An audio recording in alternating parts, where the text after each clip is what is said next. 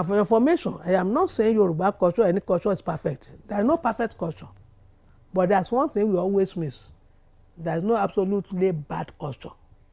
There is no absolutely bad, good culture.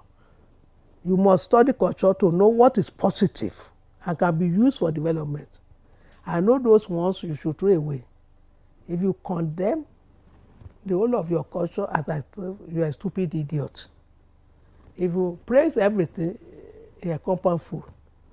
All you need, study your culture, take the one that is good for progress, leave the one that is, but to say that Yoruba culture has nothing for the future, again, stupid idiot. Welcome everyone to Know Wahala, the podcast. This is episode 60. This is your boy Tunde, and I'm joined with my co-host, Super Lord BAWO, and our special guest of the evening, Ivie Ani. Did I pronounce it correctly? Wow. Wow. Shame. This is the second time you butchered an adult woman's name. Okay, well then correct me. Correct me. Go ahead and take it over, sir. Oh, you want me to say it?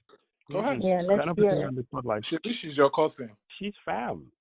It's fam. You know what I mean? We're in all the reunions together. I'm like, oh, that goes EPA. Just like that. Not all. All the reunions are active here now. We're there. Go ahead, and okay. That's it. That's it. I said EPA. You want me to say the last name? I want her Gutman out there, even though it's First of all, that's not even my government. I have like 3 more names. Of course you do. Why would you not have 70 names? Shit. She said, you thought this was my final form? That is hilarious. Oh, man. How you feeling today? I'm well. Now I'm trying to stay focused, which is difficult to do right now. You know, trying to get work done and keep up with the regular life things. But I'm here. Okay. And what's it called? We're gonna thank you. First of all, thank you so much for taking time out to jump on the podcast. You know, how long have we been talking to her people and sending emails and writing letters? How long has it been? What'd you say? I said, how long has it been since we've been sending email to her and writing letters trying to get Ivie on the podcast? I feel it's been at least 7 moons. I don't know what that means. I don't know what that means in Nigerian speak, but I figured that was vague enough. Fortnight. Yeah, it was vague enough. It was vague enough that we can get our point across that it's been a long time. But yeah, man, we're just grateful to, you know, it's unfortunate that it took a whole quarantine and legends dying and Nigeria, you know, finally stepping into the chaos. Nigerian. Shout out to all Ghana people. Big up, you know I'm Ghanaian now, so I'm Togolese, but it's fine. BAWO's Ghanaian now. I've adopted Togo because they seem to be the least problematic out of all of the West Africans. So I've adopted the Togolese as my people, you know. But I'm grateful that we finally have a female voice of reason to counter our goatishness as men on this podcast. Right. You have not had a woman on this podcast yet? We used to actually have we used to have a lady co-host, and then she fell in love, and then, you know, that's what happens sometimes. Sometimes people fall in love, and we've had 3 different female co-hosts. We have, right? We have. For whatever reason, they just you know, some people just haven't survived. That's all, man. And you just have to keep pushing on. Wow. Some people moved away. Some people got in relationships. You know, normal shit. Mm-hmm. Well, I'm gonna give you a general tip.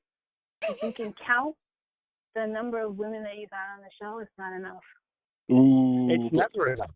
Technically, BAWO couldn't count, so that means that he is. You know, right. Technically, I could have counted 3. Technically, BAWO couldn't count any. So, but we've had a lot of female guests, though. Oh yeah, we have had a lot of female guests actually. Tenny, Poison Ivy, etc. Yeah, that's what I was asking. I was asking about the guests. We were thinking hosts.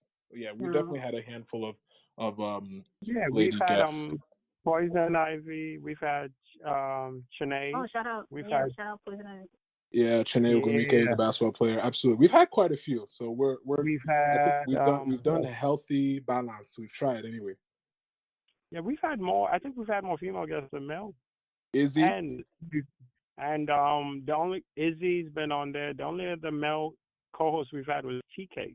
So This is true. yeah, I think our ratio is in a good place. Yeah, okay, good. Then I have no beef. Good. You shouldn't have beef. Everybody's turning vegan anyway, so you should just adopt a vegan lifestyle, and everybody will be okay. There we go. You know. So, but yeah, we'll start the topics. I think the biggest thing now has been the young man from Georgia that was killed. Yes, that has definitely been top of mind all week. For the past week. In fact, I think that's probably what led us to jumping back in the group chat and being like, "Hey, we need to have a conversation." How did y'all find out about it? First of all, I'm curious to learn about how you guys came across the information. Definitely via social media. I started seeing. I believe I'm not sure if I saw tweets to reports first or reports and then tweets first. But I'm pretty sure it was the former. I'm pretty sure I saw response tweets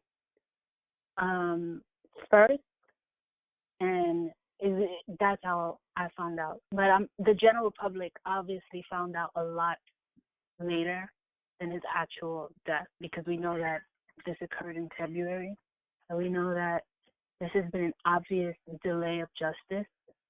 So the public found out very late, and then the state reaction is in response to the public reaction. Right. I think mine was also social media. It was just one of those things, like, you read it and you're like, wait, what? And then I know I read it first and I was like, okay, I'll circle back and find articles on it, and then it just kept popping up everywhere. And I was really stunned that when I found out the date, because I thought it was something that had just happened. Because the biggest thing I think on Twitter for me is the biggest, like, shock when it comes to, like, a black kid being killed was Michael Brown, because I feel like Michael Brown was in real time, because they were trying to hide and just cover up Michael Brown, but I felt like it was one of those things where you were just finding out through Twitter. So it was to me that I found out this late about it, because I kept seeing February and I'm like, wait a minute, we're not in, like, it wasn't a couple of days ago. This was like months. So when I found out, I was still trying to, like, find everything out and ask myself why it happened. You go and just hoping for the best whenever you hear something, and just hoping, things are on the up and up. But then obviously it's a southern state, a red state, and you started to read up on the cover up and their relationship with the law, the killer's relationship with the law and his history, and it's like, oh, okay, now there's definitely foul play going on here, and the cover up, like, was the scariest part of it to me. But it was definitely through social media, and then the media started covering it, and then obviously the reports came in of them being arrested. But I found out through Instagram. Instagram first, over Twitter. Interesting. Yeah, I found out via Instagram. I think I saw the hashtag, but I just didn't know. Then I didn't dig into it. But then I saw a picture of him, which I think it was the graduation picture I saw. And then I read up on it. So it was definitely Instagram that caught my attention. Because during quarantine, I'm like, I try to limit how much I'm taking in outside of jokes, here and there, the news. But it was mostly jokes and keeping up with people, making sure everyone is right. So, but the picture caught my attention, and then I searched the name and read up on it. You? I definitely saw on Twitter first. Primarily because the network that I have on Twitter is mostly people either in media or in activist community organizing circles. So I saw that name circulating on Twitter, and I think I saw a portrait. I believe the same portrait that you saw in the hashtag. And then immediately I started looking into the news. and digging up the reports and seeing the coverage. And a lot of the coverage was building, obviously, as the public response was building, because everyone found out late. Yeah. And, everyone found out late. Obviously, that's what the phrase that you keep hearing thrown around is delay of justice, because in terms of the arrest that was made, the arrest was obviously made in tandem with the public response and the public outcry and the call to action that came with the hashtag. Because a lot of the times you see the images circulating, you see a horrible video circulating, which shouldn't be circulating.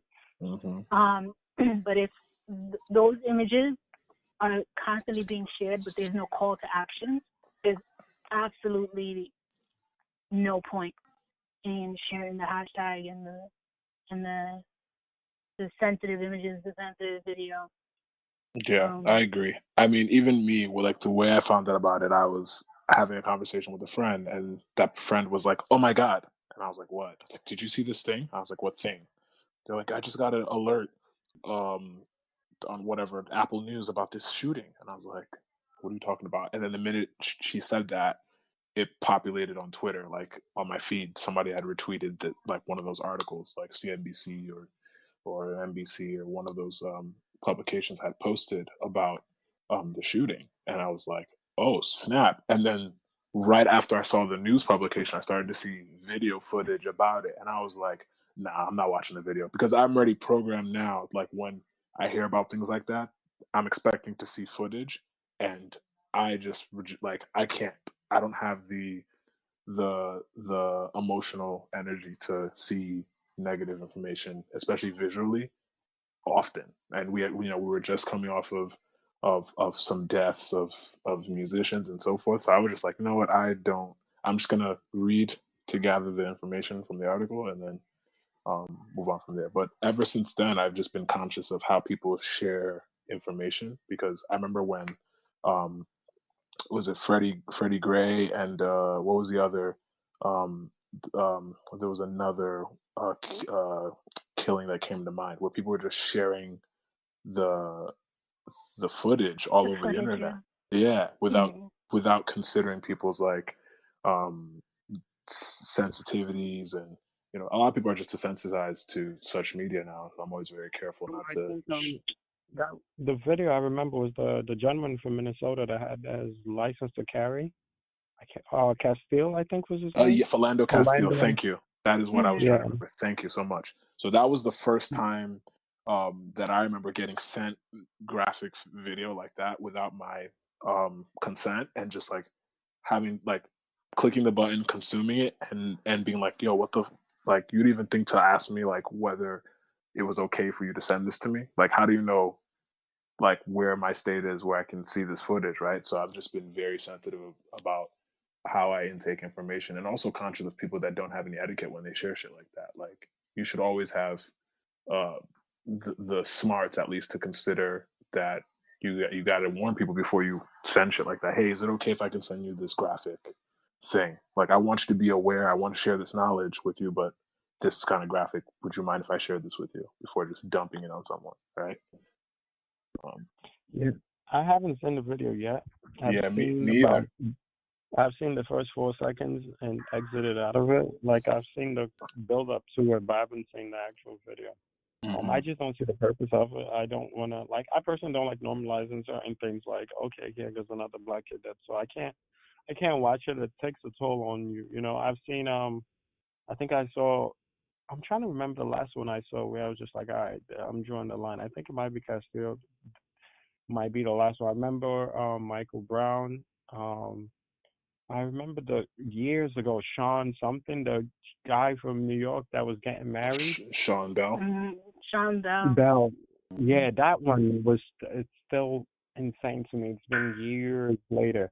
And obviously the gentleman from Staten Island that was selling cigarettes. So yeah, it's just certain things that just stick to you, and I'm just like, because the guy, he like it was it just happened so slow with them choking him up, and I was just like, nah, I can't. I think that was the last one I watched, and I was just like, yeah, It's Yeah, like I can't obviously, breathe was definitely the one of yeah, the yeah. that was my final thing I would say I could watch and just not, I can't do this anymore. So usually the news goes around first and then the video pops up. So by then I know that, what to expect. But I was told about how the video starts anyway. So once I saw the beginning of the video, I've seen it a couple times, like you scrolling and it just pops up. But I think I should actually start reporting those pages. Come to think about it. Yeah. Like if anybody I know shares a video of a black man dying or a black kid dying, you should just have to report the page. Smart guy. I've noticed just a lot of like common citizens just sharing these videos. People who don't work in media, people who don't work in any of these spaces. Yeah. Just regular everyday people just sharing the images and sharing the videos. So like trauma porn, man. It's just like it's there's people that just it's like driving on the highway and seeing a car crash and everybody's just like huh. But then there's the everyday people sharing the images, and then there are actually people advocating for these images to continue to be shared. Like I don't know if because you they don't know saw, any but better. the Intercept just released an op-ed by a white woman who's arguing that these perverse images of death, in the same vein as Ahmaud Arbery's video of death, need to be seen so that there is public outcry, so that there is a response. Of course, a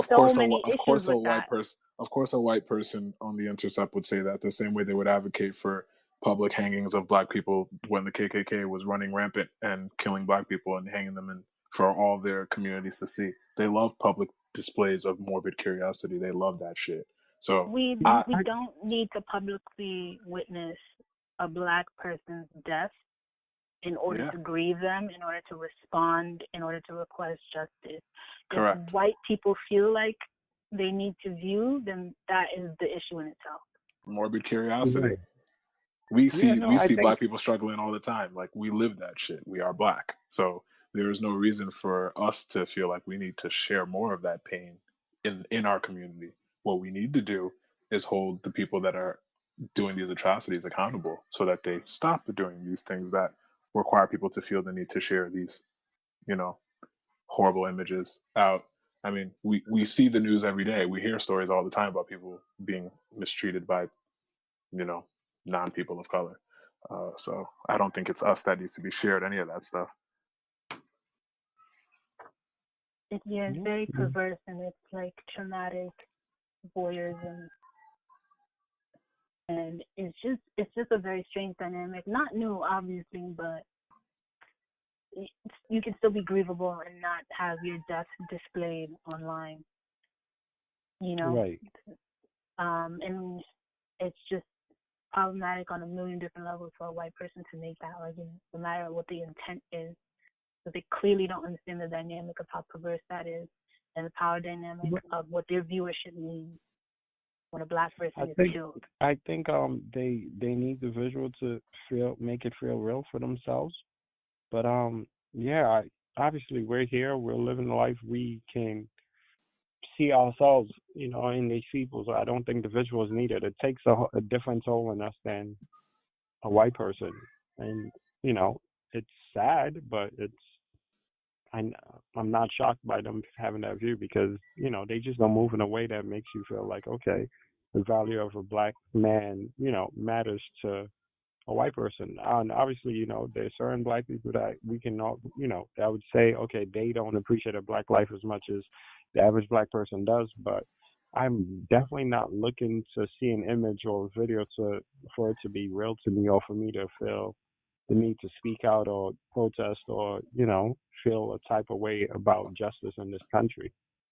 So, and also just think about the fact or the question, when do we ever see slain white people on social media and the news? When do we ever see white people getting killed in viral videos? We don't, because they value those lives. We don't. It's over-presentation of black people getting killed and violence against Black people that's being circulated. It's not images of white people being circulated. And there's no argument being made that we need to see white people getting killed or people being killed in general to grieve them or to understand that an injustice was made. It's never the case, but every time a Black person dies and gets killed, that's the argument. It's ridiculous at this point. At this point, it's ridiculous. There's no way to be diplomatic about that. It's ridiculous. I agree. 100%. Like the crazy thing, the last, I remember watching, what's the Tiger King show? It's because there's a scene where one of the young kid kills himself, or one of the husbands. Like he shot himself in the head, and they don't show it. Obviously they record the guy's reaction to him killing himself. They just show the video of him watching him kill himself, and that's all we see. And they made it somber. They made it, the scene itself just holds you and puts you, like, that was good enough to have people feel sad, to have people feel the type of way. So why is that not, why is an article not good enough? Why is the news breaking not good enough that, okay, a Black man died, was killed while jogging? Just that scene alone, or just the idea of that shit rile you up. But like you said, it's just, they're just not there. I don't want to say yet, because it's not, I don't know what's going to make them get there. Yeah. But they're just not there when it comes to Black lives, and I'm not shocked. So I don't know. Like, I'm not shocked that she's advocating for that, but it's just not for me to see a video or image of a Black man dying. Yeah, I'm good on that. Yeah. I hope we get good news at the end of it, because obviously we've seen, what was it, the guy that the cop. What was Yeah, the they've whole been issue? charged. They've been charged, but look, until we see a prosecution, bro, my hope is that there's a prosecution, but because both of the assailants that are on video killing this kid, they both have relationships with like local law enforcement and local government where the killing happened, right? So one of the accused is a former DA, I guess, in the district that they all lived in. So, they were basically free for 2 weeks before social media caught wind of what was going on. And because we, Black people and, related parties on social media called attention to what was going on, that's the only reason why they're being held accountable. Because their law enforcement knew that this kid had been killed weeks ago and nothing was done.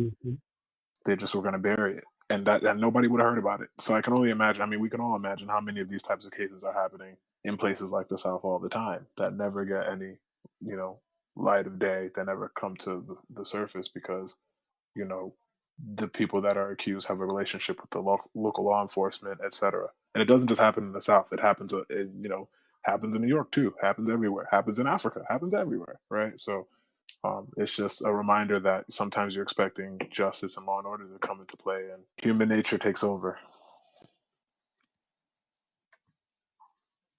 Yeah. I'm not gonna get my hopes up for them being prosecuted. I'm not gonna lie to you.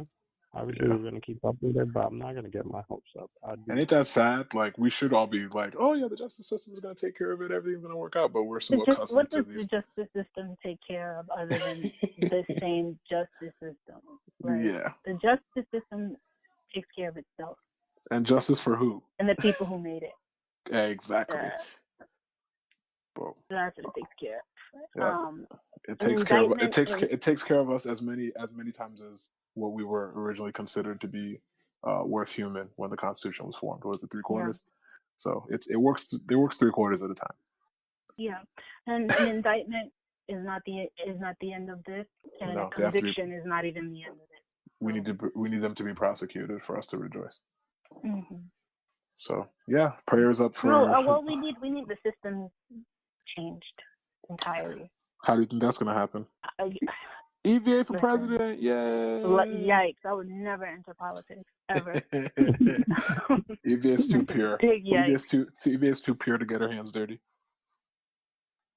Never into politics. I respect it, but yeah, prayers up to the Arbery family. Anyone connected to Ahmaud, Arbery, like our prayers are with you. We hope that justice is served. And yeah, I guess we'll just watch and wait to see what happens and see if the justice system plays us per usual, or if the perpetrators are held accountable. Because we've learned that it being on camera is not enough to get people to be held to task and to be held accountable for their crimes. Definitely. Yeah, no, I'm sure in the coming weeks we're gonna get different reports like assassinating Ahmaud's character. So yeah, of course, that's what they do. That's what the media does best.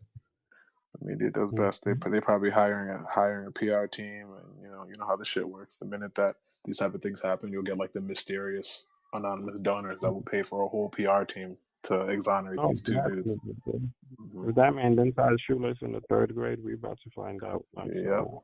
If he littered when he was 12 years old outside of the school grounds, we'll hear about it. But yeah, let's take a quick commercial break. You know what I'm saying? Get our sponsors some love, and then we'll come back and we'll jump into the next topics. So yeah, we're back, y'all, and what are we jumping into now? We have mad topics to run through. A lot is happening. There's a lot happening. A lot is happening in real time. You guys want to touch on Earl Thomas then, or should we just skip it? We could. I don't have much to say about that. It's a peculiar predicament. Yeah, me either. He just made all the Yoruba demons we know look very adolescent, very novice. Big boy. The thread count on his back, that is different. You want to do speak on 6ix9ine? I really don't want to speak on this guy either. I don't. It's up to you. Ivie, how do you think? Federal informant. Ivie, how do you feel about the 6ix9ine combo? I mean, all I have to say is what I tweeted the other day. Literally. Yeah, it'd be if we see it'd be a bunch of hate. I don't know. More power to him. I don't care. No power to him. Let me say this. This is what I'll say. I'll reiterate what I said in case people don't like to read. So I mean, we saw the rise and fall of Tekashi from a mile away. When I was editor at OK Player, I commissioned a piece to André G about the rise and fall of Tekashi 6ix9ine. Just running through everything he did that led up to this point of him being arrested and facing life during that time. And there's just a whole bunch of factors at play. There's the record label side that preys on chaotic, young people of color coming from certain environments, and then when they get into certain predicaments, they don't follow through in supporting them. There's that angle, because we know who Tekashi is backed by, and if you don't know who Tekashi is backed by, you should Google Elliot Tell him, Grange. Tell him, Ivie. What's his name again? Elliot Grange. Wonderful. And whose son is he? Lucian Grange's son. And who is Lucian Grange, for those who don't know?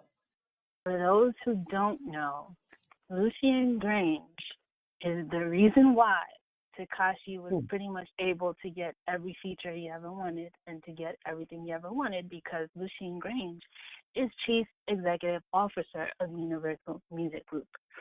So, which is also owned by one of the biggest French conglomerates in the universe, Vivendi. Mm-hmm.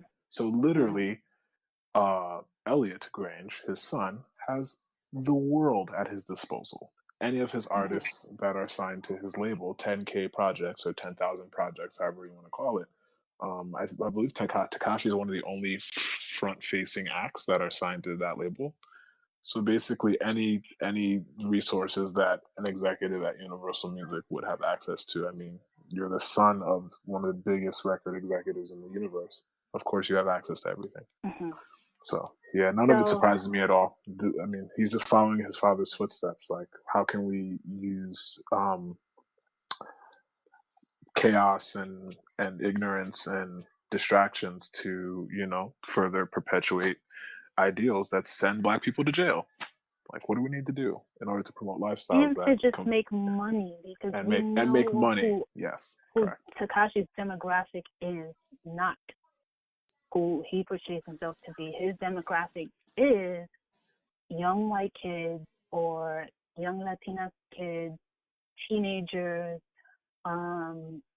people of that, within that space, and adults as well. But the demo has a lot of younger people in it. Correct. People who are obviously not involved in any capacity in the street, in the street world, or of quote unquote the culture, hip hop culture. A lot of his fans are not hip hop. So you have that element of it, the label end of it, and then you have the element of him posturing as a street person and all that. And then we have another element that's not being talked about enough, and that is this aspect of exactly what I tweeted before and exactly what I stated before. The straw that broke the camel's back for people to no longer support 6ix9ine. By people, I don't mean his demographic, but people within hip-hop and within the community. The straw that broke the camel's back was him snitching, not all the such stuff that he was doing before. Mm-hmm.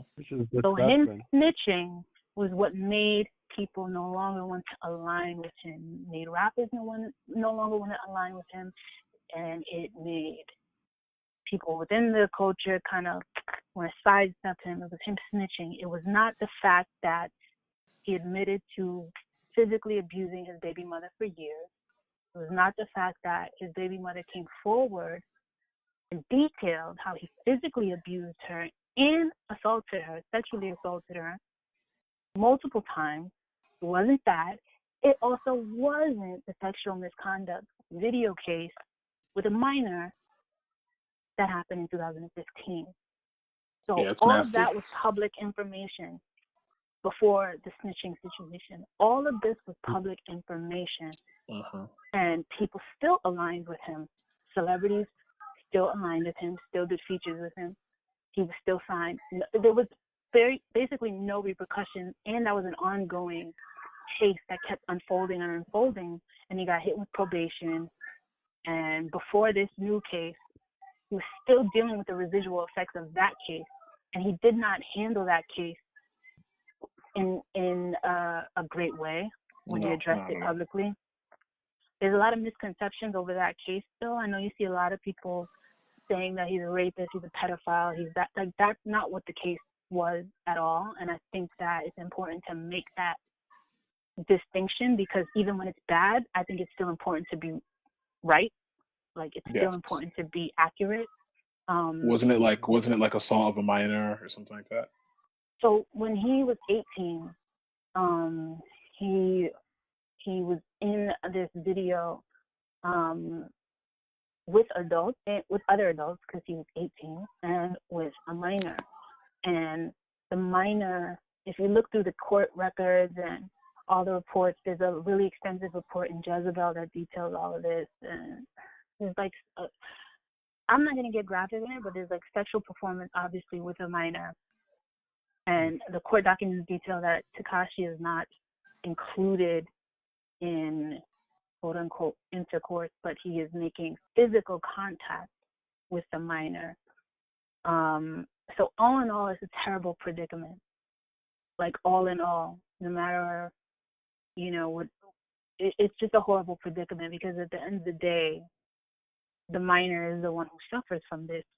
Whether Tekashi is culpable or not is not in question, really. It's the fact that, this girl is put into this predicament, and whether it was done for a video that whoever agreed to be a part of, it's still a terrible predicament.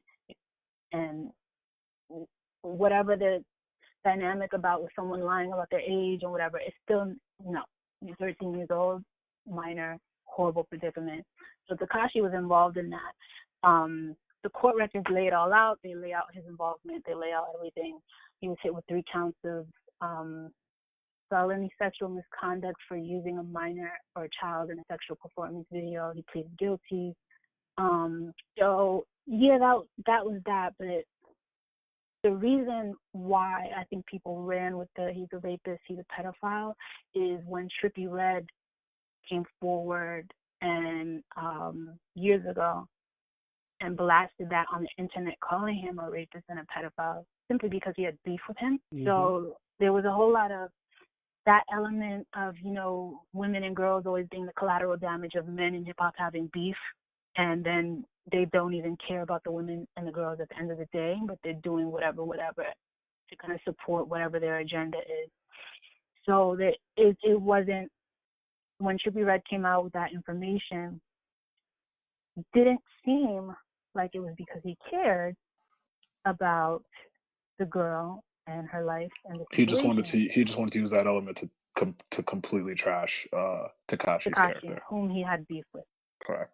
Agendas will always agenda. We've learned that. So, but the thing is, it didn't really damage his image as much as it should have. You know, it didn't, because people don't care about women and girls, and they don't care about sexual assault, and they don't care about misconduct, and they don't care about anything of that nature. And people are saying, well, they're age mates. If you're 13 and you're 18, if you're 18, you're an adult. It doesn't matter if you would have been in high school together. It's still a terrible predicament, because at the end of the day, this minor is involved with, we have to remember that Tekashi wasn't the only person there. So it doesn't make it any better just because he was young. Also, it does not make it any better because there were other men there who were adults. Yeah. Get what I'm saying? Like, it does not make her situation any better. So what happened was, I think people completely disregarded that, or they completely ran with it, but then they started using the terminology like Tekashi's a rapist, Tekashi's a pedophile, and which was not what the case was about, and that's not what was depicted in all of the information that's present. But that's what people ran with, because that's what Trippie Redd said. And then people who didn't like him just started using that as an excuse. People who didn't like him because they didn't like his music, they didn't like whatever. And that happened, and there was a lot of inaccurate information about that. But then he also handled the case in a terrible way. Yeah, I don't think he cared. He didn't care, and even when Trippie Redd came out with the information, he mockingly did a video saying, if I'm a rapist, I'm a happy rapist. So it was very clear that he was sloppily handling this case, and he was treating it as a joke and using it to his advantage, running with the negative press and running with the negative reception of him and amplify whatever he had going on. He just wasn't responding in a serious light to that case in any way.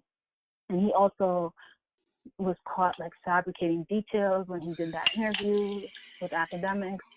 He just fabricated details left and right, and it just didn't look good. And not only did it not look good, it just was not good.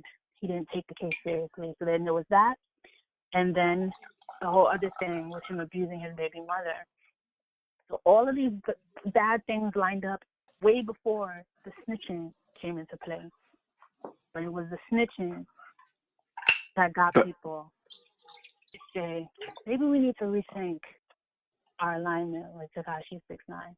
That's so trash. But also, but think about the people that signed him. It didn't confuse me at all, because you think about the people that signed him. Like, again, these are people that are supposed to be street guys, but they definitely use Tekashi's brand and his image in order to try to, I mean, Tekashi even claims that they tried to kidnap him, they, slept with his baby mother, they stole money from him, they did all these things, but at the same time, they were using Tekashi to kind of elevate themselves financially by using all the chaos and the negativity around him in order to enrich their own bank accounts. And there's a good podcast that lays all this out, Infamous, the Tekashi 6ix9ine story. And it lays out all the reports. It's reporting done by an actual journalist. So it's not like sensationalized anything. But if you are just you want to know the full story of how we got here, just listen to the podcast if you don't like to read. And it lays everything out. There's interviews from the very people you're speaking about who did use him to align with him and what have you. So the whole story is there, but that's all I have to say about that. Outside everything else, I'm not really interested in anything. Same. I'm also not really sympathetic because at the end of the day, like many of us have been following this from the jump, and most of us don't care. At the end of the day, like the real thing about it is we don't care. Try not to put any more light to it. Like it's just obviously it's gonna be in our face for a minute. Certain social accounts care for it, social media accounts care for it, so they're gonna like push everything out there. And obviously he's gonna do certain numbers because of the demographic that actually cares for him. I don't think they're people we know. And hip hop is pop now, so. You know, it's not like there's a certain look for the hip hop artists or the community of hip hop is that rigid where you can say, okay, we're all not listening to this artist. It's, you know, it's worldwide. Like the countries countries that we'll never go to that are huge hip hop fans, and they don't, they don't really live by a certain code or live the same way we see things, and they're not expected to. Yeah, and they're not in the culture, and they don't gain or lose anything from whichever way the culture goes. So hip hop is pop now. So it's crazy because I remember when what's his name, Lil Nas X tried to break into a country, and people were like, oh, you see how they control the Billboard and they try to keep him out of that sound. You can't necessarily do that with hip hop as much because it's so much bigger. You know, like it exists in these pockets all over the world. So I'm sure Ivie can dive more into how race and all that stuff plays into why that is the case with country music versus hip hop. I mean, Black people essentially create culture, and then our culture is we don't protect our investment financially, and then others come in and they essentially take the culture, and that is what happened with hip hop, and it's what happened with some of country too. Like Ray Charles put out a country album in the 50s or the 60s. And then he was completely erased from the narrative of country music. I mean, it's not even about finance. It's not even about financial protection. It's about influence, culture, etc. It's influence, and it's the fact that before Ray Charles put out a country album, Black people invented country music because the origin of the banjo is from Africa. Country music comes from blues. It's a Black genre. Like, it's Black music. There's the facts are there. It's not an opinion. Country music is Black music. So that whole thing with Lil Nas X is interesting. I commissioned a writer named Deshaun to write about the history of Black people in country music and Lil Nas X when I was at OK Player, and we ran through that entirely. But Black people and white people get treated differently when it comes to genres. Correct. And Billboard has a really interesting history with race. They even used to have a category called race records. Which they'll never address it now, but all the music we consider urban or Black music, whatever, they used to call it race music, and that was literally what it was called. It was called race music because it was Black people made it. And what ended up happening is Black artists would make race music. So think James Brown, Little Richard, etc. And then you would have the Beatles, Elvis, etc., that would take race music and essentially so if you look at it like today, we have YouTube and covers, right? So essentially it would be like all the Black people creating all this original music, and then all these white creators on YouTube making covers of that, and then getting deals. And that was the only way that people got record deals. Like if all the white kids making covers. That's exactly how the music business used to be in the 40s, 50s, 60s, all that. I think it was up until like Jimi Hendrix and then like the disco era where things started to kind of change, and then Michael Jackson completely came in and blew it out of the water. Like the New Editions, the Michael Jacksons, the Princes started to kind of shift things and change how race music was perceived. Like when Michael Jackson had his he was the first music video played on MTV, wasn't it? I believe so. Yeah, I think Michael Jackson. But So the first black artist. No, I think I think they launched MTV with Michael Jackson. No, I think this guy advocated for them to play his music. The guy that passed away a couple of years ago. Oh my God, I can't remember his name. I know who you're talking about because Combat Jack interviewed him. Yes. Yeah, it's gonna bother me too. But I know exactly what you're talking about. But you're absolutely right. Like they were gonna limit Michael's music to the BETs and so forth, and they were like, nah, let's definitely get his show on MTV. And they did it. And a lot of people behind the scenes were against it. A lot of people that don't look like us were like, well, why are we putting race music on these pop stations? So pop was always virtual signaling for white music. And then you had race music, which essentially became urban or black music, whatever. So it's the same fight that I had to fight when I was at my former company. It's like fighting for people that look like us to end up in certain pop spaces. And then when they had to give you excuses why they wouldn't do it, it's like, that's not even a real excuse. Like, just say that because they're black. Like, it would make me feel better if you were just at least honest about why you're not going to do it, right? Because there's no reason why, like, certain people are selected, like, they're tokens that are selected from the urban spaces, like Jay-Z, like Drake, like Kendrick, like ASAP Rocky, like Lizzo, right? And then they put them like, oh yeah, they're pop, so we're not racist because we've picked these people to always, represent the others when we talk about race in pop music. You know what I mean? But for every one Lizzo, there's 70 Taylor Swifts for every one Lizzo. No, the answer is David Bowie, by the way. Oh yeah. Shout out to David Bowie. Yeah, Michael Jackson was the first black artist to be played in every music on MTV. Boom. Yeah, it was David Bowie and Rick James. It was early days. David Bowie spoke on it and then went from there. Yeah. Amazing.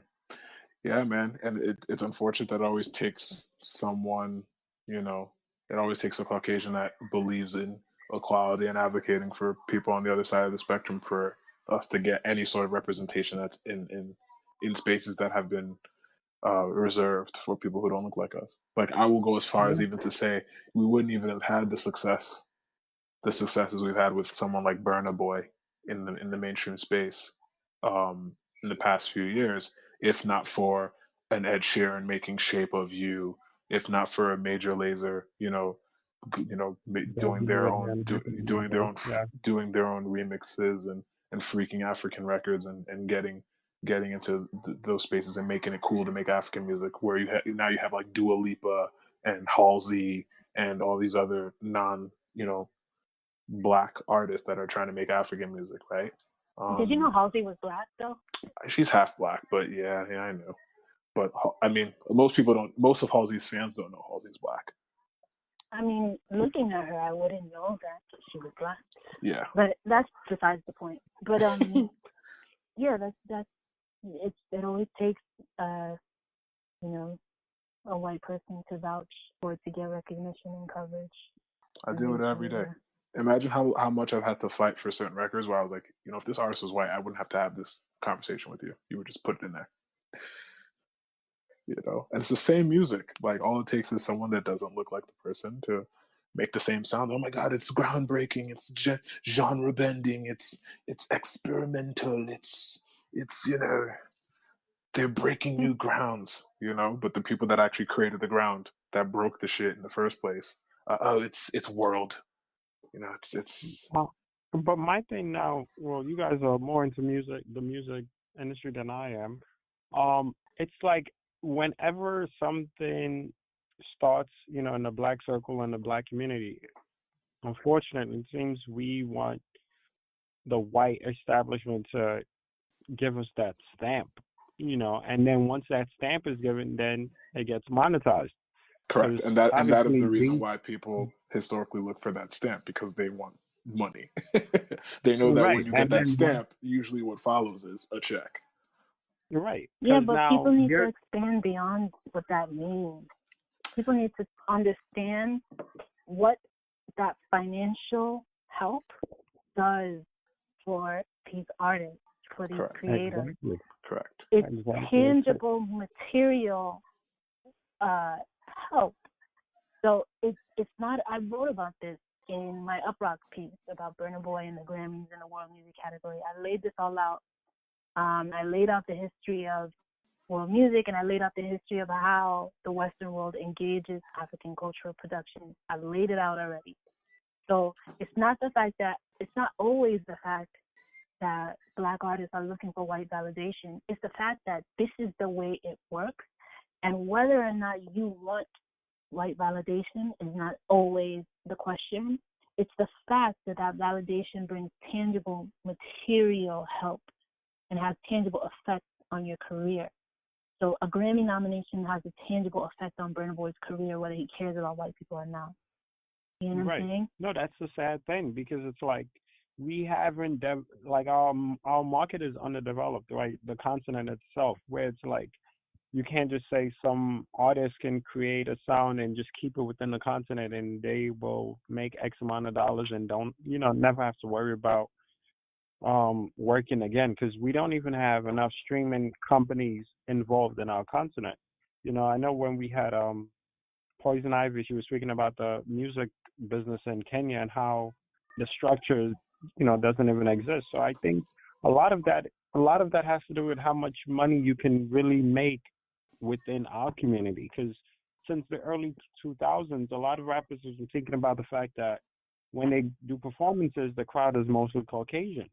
Like when they go on tour and when they do, when they go to these countries, even staying in America, like when they do shows in their cities, it's mostly a white crowd. It's it's not, the faces on that aren't, it's not like a lot of African Americans. So I don't, I get the artist wanting to cross over, but it's like it has its repercussions, because once you cross over, they also, that community crosses over into the culture, because now you have people making rap, like I see a new face, like, you follow a young person and the people that listen to it, it's just like, who is this person? Face sat here, doing some kind of viral thing online to get like views and this, it's just like all the non-hip hop things or what hip hop, happens in hip hop now, and I'm sure 5-10 years from now, we're going to have somebody in Bulgaria making Afrobeat music because they figured out some kind of repetition in the beat. I hate to break it to you, they, BAWO, but it's already happening. And no, I'm talking about doing numbers. Oh, bruh, I'm telling you, it's already happening. I used to share like certain records that, I mean, a lot of them aren't in English, but there are records that are popping in, places like Sweden and places like the Netherlands that are Afro records, and they fucking do stupid numbers. But I mean, you just wouldn't know because you don't speak Dutch or Swedish, right? So we're not checking for it in the States, but they have their own communities there. And even in Latin America, there's Latin American artists that are doing hundreds of millions of views every time they put out a record, and a lot of that stuff is African. Oh yeah, it's definitely, especially if you go to places like Colombia, they have like their own world. Like J Balvin isn't the only, like J Balvin may be the face of Latin pop, from there, but there's definitely like Latin artists that are making Afro beats, Afro pop, whatever, down in Colombia that are doing stupid numbers. The genres are called different stuff, whatever, in their local languages, and they have their own fan bases, and they're amassing tens of millions, hundreds of millions of views. That's the interesting thing about success and music in general right now. And it's about the fact that micro communities exist, and you do not have to know anything about a genre, an artist, a scene for that genre, artist, or scene to be successful. Correct. Because they are delivering to their individual micro communities, and it can be insulated now. You don't have to reach global stardom to be successful. This is a fact. This is a fact. I think we're gonna, I guess, transit into that to give, Little Richard all his love, because obviously this is something he lived through, creating a sound or being one of the creators of a sound and not getting his flowers throughout his life. Obviously rock and roll was Richard's baby, I'd say. It's the architect of rock and roll. Talk about it. I mean, yeah, people talk about not getting flowers and what have you, but I really think it's a generational divide because just because Little Richard definitely got his flowers. Happen, he definitely got his flowers. Just because like Gen Z and millennial and millennials didn't see it like on Twitter, they think it didn't happen. But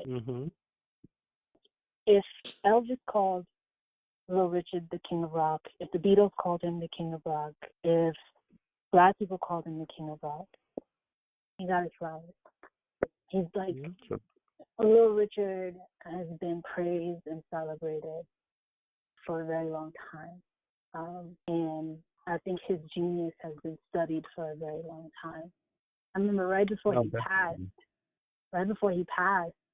my timeline was talking about Little Richard just casually. Before he passed. This is someone who I've seen has always been in conversation, who's always, well, if you know music, let's say, in conversation and respected across generations for such a long time. And, publications are doing their obituaries and they're kind of skating around what he is because I guess people look at crediting rock and roll to so many different people. But Questlove, I don't know if you saw his tweet about how writers need to do their job and just stop skating around the bush and call him the King of Rock instead of the blueprint, instead of the pioneer, instead of the Godfather, instead the terminology should be King of Rock because that's essentially who Little Richard was. That's what he did. And I mean, not just that. I mean, for someone that has been breaking down barriers since the 50s, like a lot of people forget that he was not just a Black man growing up in the South, the Deep South, but he was an openly gay Black man who grew up in the South, right? So he used to call himself he was self-described as the king and queen of rock and roll, and I think people forget that because they, back then you didn't address it. They were just like, oh, he's a little different, he's unique, but he would tell anybody that cared to know that he was openly gay. So he would call himself the king and queen of rock and roll. And he influenced. Yeah, I mean, he was fluid, and he influenced. I mean, you look at David Bowie, and you see how fluid Bowie's persona was, and he attributes all of that to someone like Little Richard, right? And we think of all the glam rock and etc. bands and disco and so forth, all these different groups and influences that came from that nexus, right? And they're all paying homage to someone like Little Richard.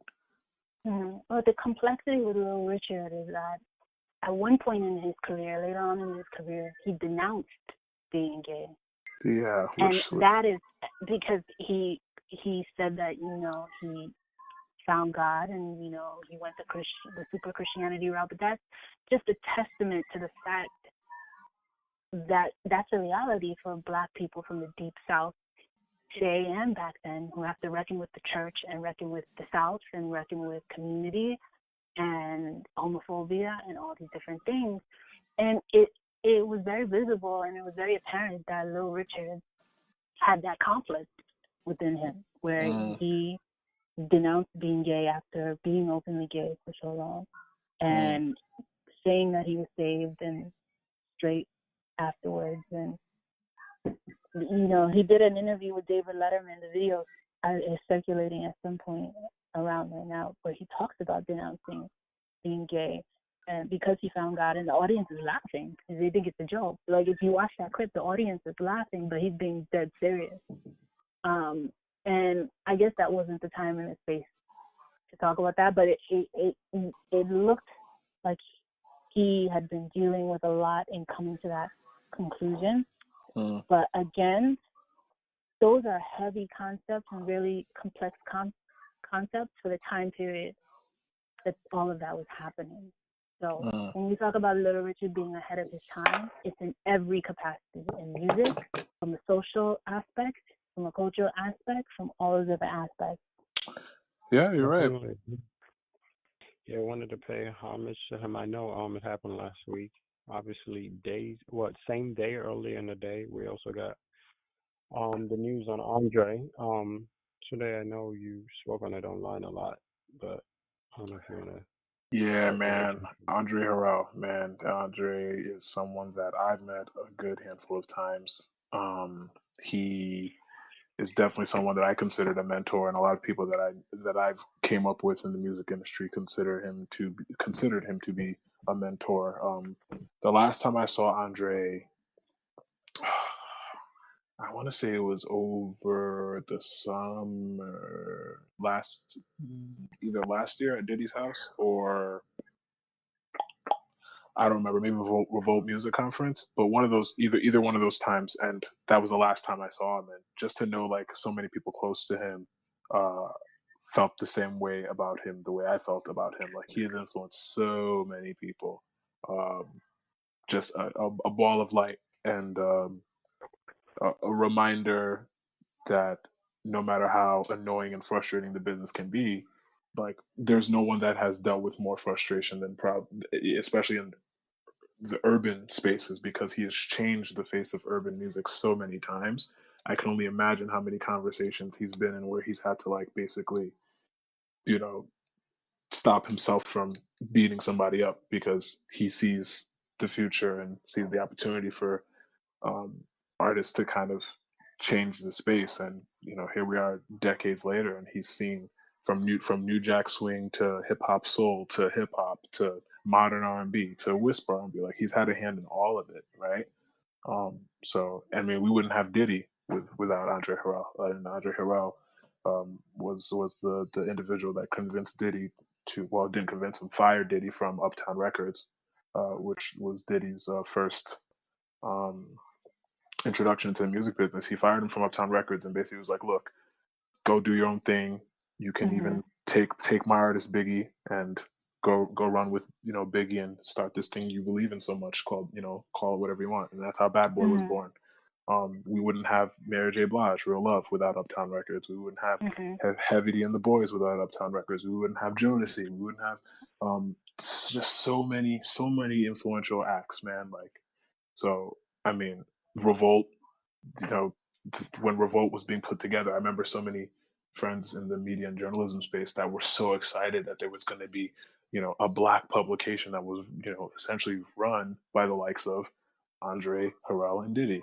And I've worked with Revolt a handful of times on a bunch of projects, and anytime I've been able to sit in a room with Andre and just hear him speak and just hear how he empowered young black creatives, it was just inspiring, man. Like, one can only hope to have as much influence and respect as someone like him. So he'll be missed, and there's only so much I can say without getting choked up about it. So I'm not going to be soft, but yeah, man, I'm grateful that that I was able to know him and learn from him, and I hope his soul rests in peace. Ivie, did you know him? I never met him. I never met him. I've done some things with Revolt in the past. I've never met him, and I'm surprised that I've never met him. I know many people who have worked with him, and I'll say the most interesting thing about Andre Harrell is that I've never heard a bad story about him.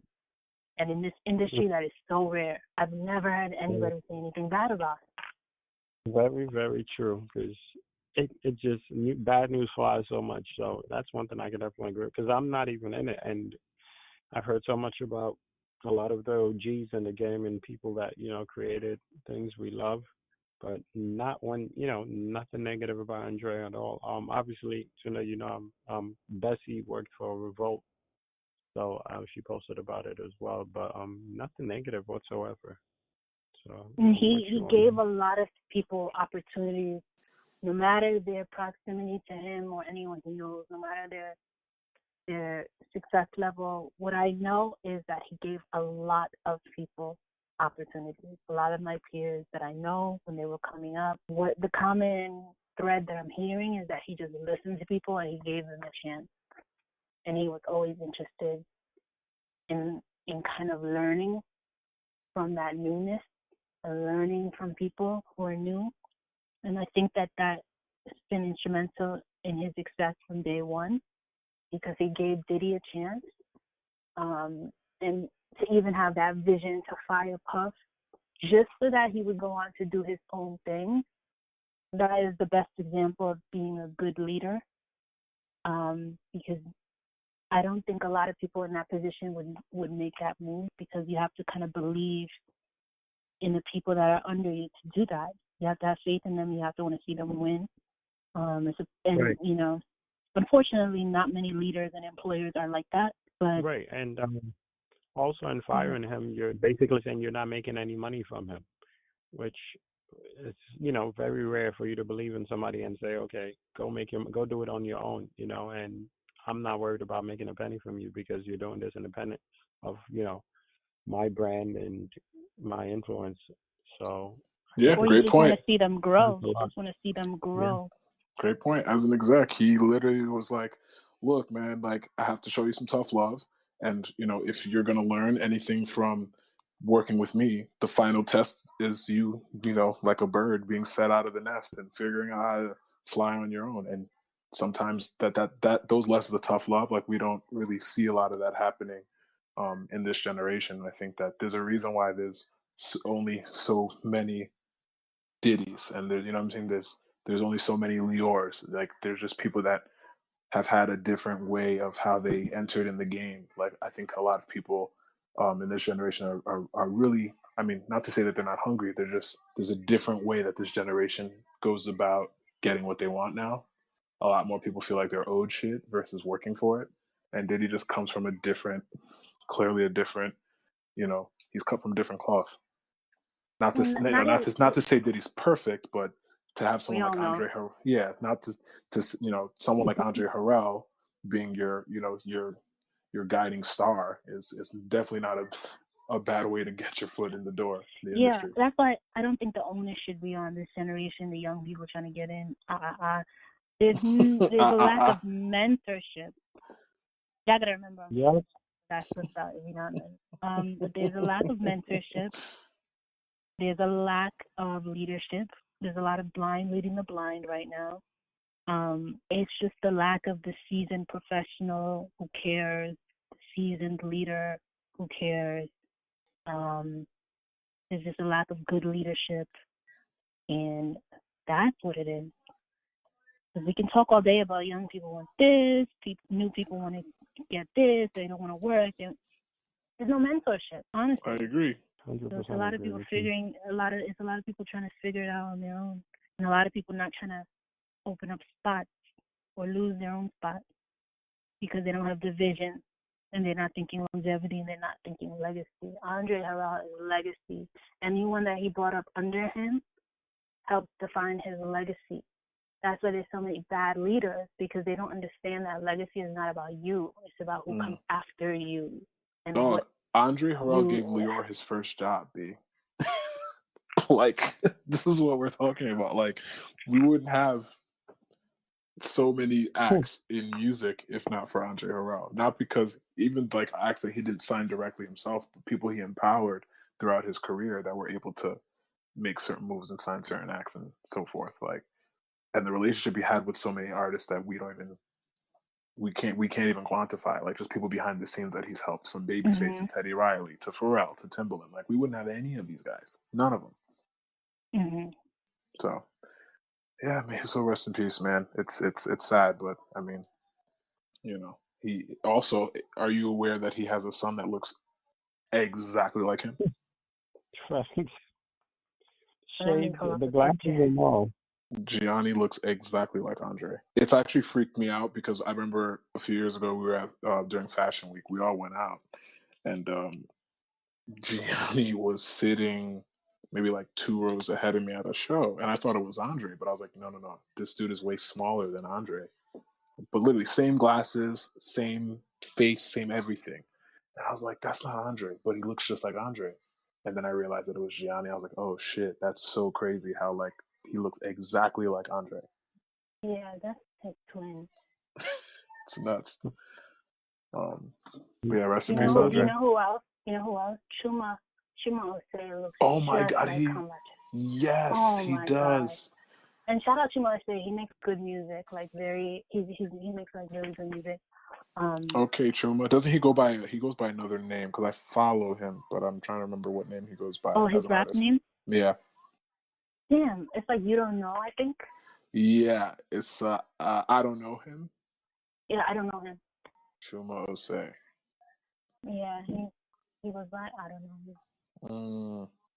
Shout out to Chuma. Yeah. So that's, we covered Little Richard, we covered Andre. Now Tony Allen. Boom. But we covered Tony. Yeah. We covered Tony last week. But yeah, we Yeah, just we- losing three iconic innovators back to You're back right. is Because we're crazy. talking rock and roll, we're talking hip hop, R&B, New Jack Swing, Afrobeat. Mm-hmm. Yeah, I tweeted that the other day. I was like, it's just it's crazy, super crazy. But I think I want to speak on the fact of what Ivie said earlier with the lack of. Oh, I wouldn't say OG. I just mentors, right? Like I feel like there are less mentors. Is that I don't know why that is. Is it just because of are we more in a DIY thing, or is it just researchers? Like I think the information is out there a lot more. Does that then affect mentorship a little bit? What do you think? What industry? Because I think it helps to specify which industry, because each industry has its own issue.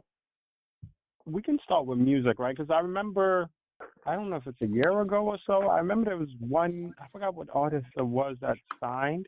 I think maybe Blueface or somebody had signed a deal, and then Joe Budden went on this rant on how these artists are signing contracts or falling into the same pitfalls that legends have, gone through, and nobody's telling them. The fact that most the music industry, like these information don't get passed on artist to artist, but obviously the brands and the companies know, whatever pitfalls their companies have gone through, and they're not making the same mistakes.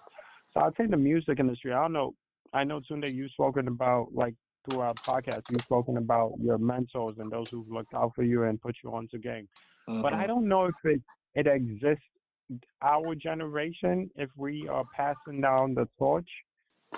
I feel like the mentor is like it's just less and less as we go, and I think maybe the information is out there a lot more, and people don't necessarily need to be involved with somebody to get it, because a lot of people, are doing what they have to do by themselves. A lot of these acts are independent. A lot of these acts, are created. They're following, from social media and creating a group, with their friends, getting a friend as a manager, and the friend is studying what they have to study. So I think in the music, I'll say the music industry more than anything is what I get to see a lot of, and I don't think the mentorship is happening as much as it used to. I wouldn't say the mentorship isn't happening. I just think that the wrong people are mentoring a lot of people, and So you think? I don't think the always mentorship has changed. I think the times are different. Whereas 10, 20 years ago, you called somebody your mentor. This means that this is someone that um, is influencing you because they had maybe more access, or they just had a different perspective on life, and they could empower you with a different way of thinking and access and knowledge and tools and so forth. Nowadays everybody has access to information, so it's definitely not like everybody. It's not like there's a like things aren't as secretive or as valued as they or revered as they used to be, because everybody has access to essentially the same information in one way or another, right? So the act of mentorship has been devalued because all these kids think they know everything, and they think they don't need to have an OG talk to them. Like the idea of an OG is dead to this generation. They don't believe in it.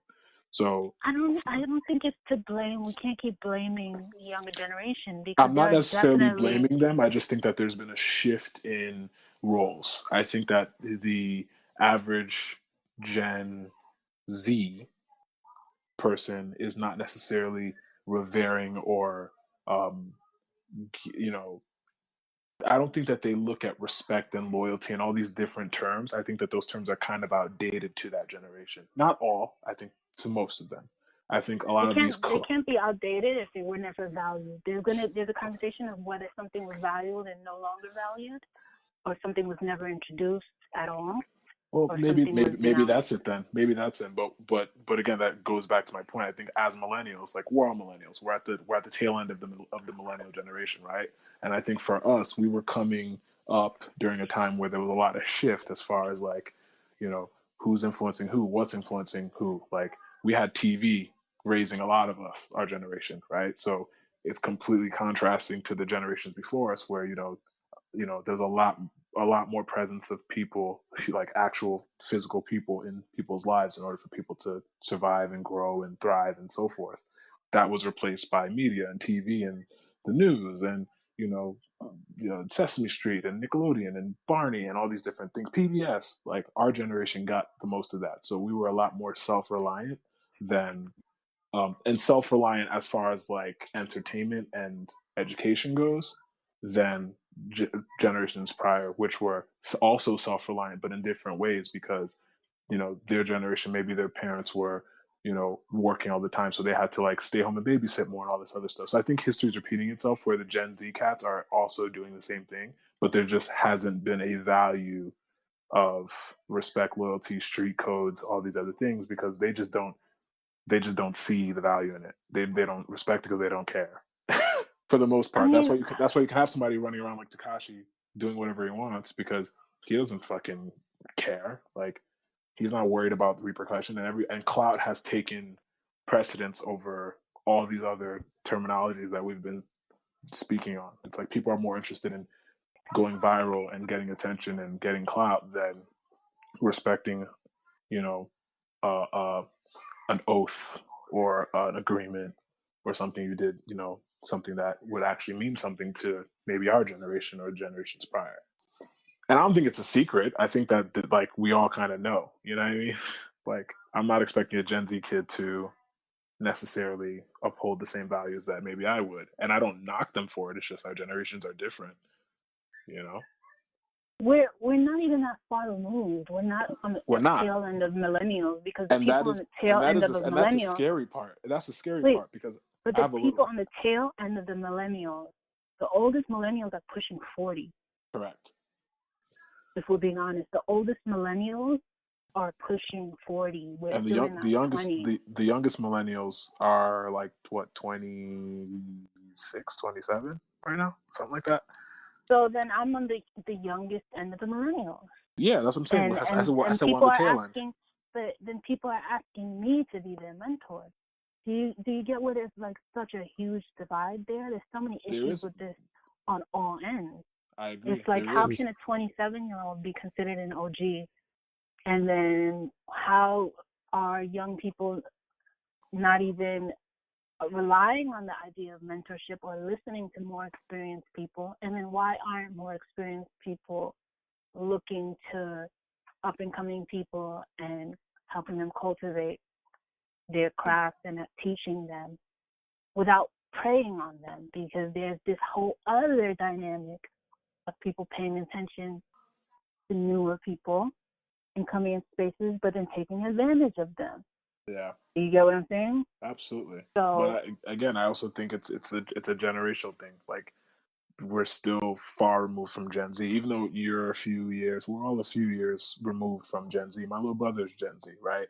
And the difference is like we can still remember the time before the AOL floppy disks and the AOL CDs reached our homes, where we actually had to go outside and play with our friends in order to have a good time, where we actually had to do certain things, offline. The younger cats, the Gen Z cats, don't know a life without the internet. They've literally been raised off of YouTube for the most part, right?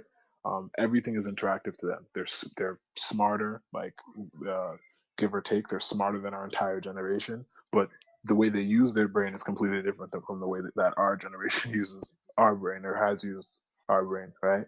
So I think that there's just a difference in culture just because of the exposure we've had to technology in most cases, not all, right? And it is interesting because it's the same thing. I don't feel like I'm that much different from most Gen Z cats, but for a lot of these younger cats to reach out to the likes of me and BAWO and you for mentorship. It's like, damn, it's like we're literally 5 or 6 years apart. Is there really that much of a gap? Literally, I don't even have a mentor. No, but I think a big thing now is how quickly the word of our work spreads. Because and access, I think we didn't have that. Like, for you to get like Andre, like because we spoke on Andre, let's say Andre in his mid-30s, or even early 30s, like he would be on social media, right? So you'd be able to shoot him a DM, and maybe he sees your tweet or something like that. So I think that changes things a little bit. Access, and obviously we would be seeing Andre post studio sessions with Heavy D or Mary J, or like the content would be there. So I think it changes how quickly we get to that space where people think, I want to be like this, or I love the path you're in and I want to be a part of it, and I want you to show me the way.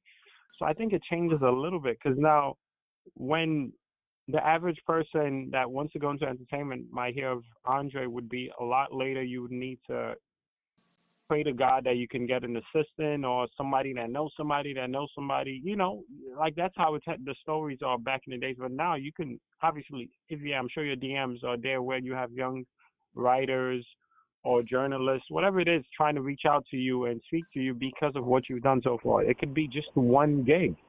They could have just seen you on Netflix and then done their research, and now they see your username. And obviously, I feel like you respond to a good amount of people online, on Twitter and Instagram. So you're gonna get that people can reach out to you a lot quicker than any other generation, and people can learn of your work.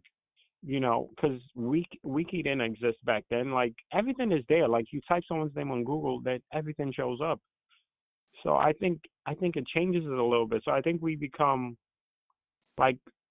mentors quicker than we would want to, because we're still figuring a bunch of things out. But a lot of people are celebrating what we have while we're not necessarily in a place where we're like, okay, this is where I want to be. So we're still chasing, we're still on the path. But people are like, oh my God, where it is you are is, a big deal. So you're right. So I think that's a very good point. A bit. That's a very good point. Yeah, and also go ahead.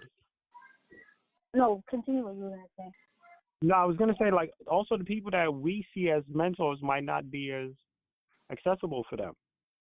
Yeah. The people I would want to mentor me, or you would want to mentor you, that you would also think they would reach out to, they just don't know their work, or they, like, I'm pretty sure there's somebody that's 18 or 20 years old probably a month ago that wouldn't even think of, that would maybe want somebody on Instagram over Andre, just because of what they see on their page, or what they, what they post, or what, or just the fact that they could DM them. So I think it changes a lot. But obviously now, like you guys have said, a lot of these people will use you because, one, they're not qualified, and two, they're still chasing it. So if you can help them get there, they're going to do what they have to do. Because a lot of, that's why we get these old tweets popping up, and we get this, people coming up with, this person, I linked up with this person a year or two ago, and it was supposed to be good, because they're not qualified to be your mentor. And they might say yes to it, but when push comes to shove, back against the wall, they're going to just do what's best for themselves and their brand and their family, because they're not in a place to give knowledge and take a risk on you and put you on payroll and introduce you to these, the movers and shakers of the world. So I think people have to research what a mentor really is. It's not just because you see somebody, of course, we enjoy, like, I think every and any one of us would enjoy the praise, and we're thankful for it, but we have to, like, readjust and redefine what being a mentor is. And when you said people reaching out to you, I was wondering why it happens, but I also think access is a big thing on why it continues, or it will happen more and more. Agreed. Yeah, I mean, it happens a lot for me, and it's very overwhelming, extremely overwhelming. The amount of messages and emails and requests that I get for mentorship, and I don't even think people realize I do not have a mentor. So everything that I've succeeded in thus far, I've been figuring it out and just doing it, So it's also this dynamic of we don't want to mislead people, and we help when we can, but we also are still navigating things ourselves. But we are further than a lot of people, and they see that, and they want to be in the position that we are in, even though we are trying to get to another position. Correct. So there's that dynamic, but it's also, I'm like a very, I'm traditional when it comes to this idea of learning something and not perfecting, but continuing to do something and getting better and better and better. I'm a huge advocate of education. I know everybody's like, forget school, forget learning, forget all. Like, I'm a huge advocate of education and training, whether it's in or outside of university. I don't care about university. I care about training, the skill set being taught. I would rather be a student than be a professor. Okay. I care about the training of something because that is the only way to get great. Think of Stevie Wonder, rest his soul, just passed. His birthday just passed. Not rest his soul. Was referring to someone else. His birthday just passed. But Stevie Wonder has been a professional recording artist since he was 12 years old. Yep. Since he was 12 years old. Mm-hmm. He literally doesn't know a life outside of being on the piano. Do you know how much training for decades to be who Stevie Wonder is today? Decades of training to get to where he is today. I'm 27 years old. I am not at my fullest potential. No matter how anyone sees everything that I've done, because I have done a lot for someone my age. I'll give people that. I have done a lot. And I see that. And I know how it looks from the outside, but at the end of the day, I'm going into a place where I'm training every day to be in a completely different position. So it's very difficult to focus on yourself and focus on dozens and dozens of other people and not having the bandwidth to do so. And not having the resources to do so. Like, I can lend my knowledge every now and then. I have no issue lending my knowledge. I do it all the time. Answering questions, giving advice, all that. I was an editor, Like, that's what I was doing as a job. I have no issues doing that. I do it all the time, but I don't think that people see it from my perspective, but also I do see it from their perspective because, like BAWO said, it's about access now. In the past, you didn't see someone coming up in real time. You couldn't see their life on social media. You couldn't see their career layout. There's people who have been following me since I was 18 who have seen, like, my career progress to where it is now. They don't see everything because I don't post everything. That's the thing. And a lot of people's point of discovery is what they see. And what you see is not what everything is.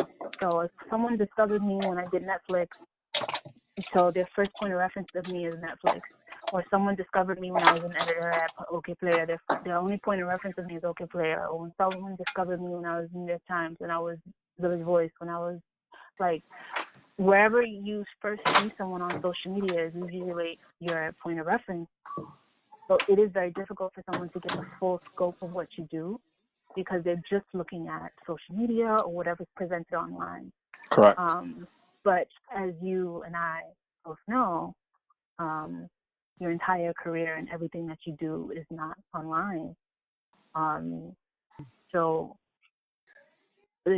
that in itself can be very one-dimensional, but it is just a lot to keep up with. And I don't think that young people should be tasked with being mentors when they're unequipped to be mentors, but I do think that young people can still help younger people in whatever capacity that they can. But the issue comes when people take advantage of that position and when they're not equipped to be in a position, or when they don't want to help, and they just want to take advantage, and or just not share their knowledge and try to empower others after them. Yes. Exactly, because they feel like they're gonna lose something. They feel like they're gonna lose their own position. And that's because not everyone is a real leader. Not everyone is built to be a leader. Exactly. Look at someone like André Harrell. Like if André was like, oh no, I see someone like Puff. I know Puff is gonna be, is gonna change. He's gonna be a legend in his own right someday. But let me stifle him because I'm worried that he may take my job at Uptown, right, at MCA. Yeah. Let me, you know what I'm saying? Like, can you imagine? I've experienced it. So have I. I've experienced that. Like, and I'm not even gonna speak on that because it's poor leadership. Yeah, 100%. There's people that think that your light is going to dim their shine, and it's those people that end up losing because you have to. I've seen it time and time again. There's people that I came in the game with, people that were my bosses, people that were seniors, at companies I've worked at, who I've turned around and given them jobs in different positions. You know what I'm saying, throughout my career. So, like, people forget, like, tables turn. So, like, I can't sit here and say that I would be anywhere in my career without, you know, being perceptive to that and the natural order of things and just paying it forward every chance I get. Like, I'm not perfect either, right? But there's been multiple opportunities where I've also considered, like, am I even in a position to mentor this kid or give this person advice or whatever. Mm-hmm. But sometimes you just have to just be that person for someone who, like, your feedback could be the difference between somebody changing the world and somebody deciding to live an average, mediocre, regular life. Yeah, and you can only tell someone what you know, and what you know changes every day. Yeah, I mean, there's so many. Even I've watched BAWO too. I've watched BAWO, talk to various people who are second guessing, stepping into their own, spaces and creative spaces and career spaces, from artists to designers to chefs to all. You know what I'm saying? I've seen BAWO have similar conversations. So I know he empowers people the way he knows how to, just by being himself. And some people are just natural. Some people are just naturally good at doing that. And some people aren't. Some people are very insecure about what they do. Some people aren't even confident that they deserve to be where they are, so they're worried that they're always worried that they're going to potentially lose, where they are in their space or whatever. And unfortunately, that's how it is sometimes for a lot of cats. BAWO, you still there? No, I'm here. I'm listening. I'm listening. I'm soaking it all in. I just feel like that's a good conversation to have because, like you said, a lot of people don't know how to do it. And what scares me the most, and the reason, I've spoken to you about doing PR for a long time, is just finding young Black African talent and working with them, because a lot of people interested in working with potential are just looking to capitalize on your innocence, capitalize on your talent, and put you on contract. Because every 3 to 6 months we hear about somebody that signed the wrong contract or somebody that's trying to break out of something with the wrong person. And obviously, what was it? 2 weeks ago we had the male in the industry, like people like Blockzilla, being called out. Obviously I'm not in the industry, so I'm not afraid to call out names. But yeah, I don't care. But people like that taking advantage of up and comers. Yeah. So and again, he gets to put his work out. He gets to put his his pictures, his interviews, whatever it is, and people that actually care about the craft are going to reach out and try to take advantage of the access they have through social media and meet with this person and show their skills, and then you get somebody taking advantage of them. And this is why I'm like, everybody doing something good in that path is not a mentor, or even if you're willing to work for them for free, and sometimes they look to take advantage. And that's why I'm like, a lot of good people have to break into PR. Like, you have to be able to reach out and teach and monetize it. There's nothing wrong with monetizing a gift you have, because there are a lot of bad people looking to take advantage of what you have, what skills you have, the interests you have, the fire burning inside. Like, people are looking to take advantage of that. And they have a little something, whether it be influence or access or following, because even following is leverage nowadays. So you have to be very careful with who you choose to align yourself with. And if somebody tells you they don't want to mentor you, that could also be a blessing. Go do what you got to do. Diddy got fired so he could create Bad Boy, and Bad Boy leads to everything that he is now. From the clothing line to the TV shows. Like Diddy is just, he's not one thing. So just be aware. And I wanted you guys to speak on that because you guys are more you're into it more than I am. So. Yeah, I'm very, very cognizant of alignment. And this is why you don't see me associating with anyone really, because I don't know what's what. I guess you could say so, but what I've noticed is, for years I've noticed this, is that people love proximity to whatever, and the word now is clout, but for me it's proximity and alignment. And I've just seen how people are so quick to align with anyone with a semblance of visibility and success or what have you. And they're quick to want to align with or have proximity to celebrities in any capacity, or just people moving, or people who are hot right now in, the entertainment space, the music space, the nightlife space, or whatever.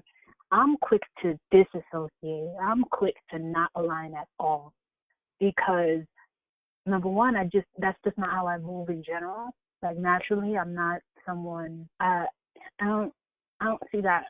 It's just not. That's not how I operate. I don't feign friendship, and I don't feign proximity to people, and I don't do the name dropping stuff, and I don't I like to move as a solo entity, because naturally, that's just how I move. And also, people are liabilities because you don't know what the hell is going on behind the scenes. I've had to learn a lot of things the hard way.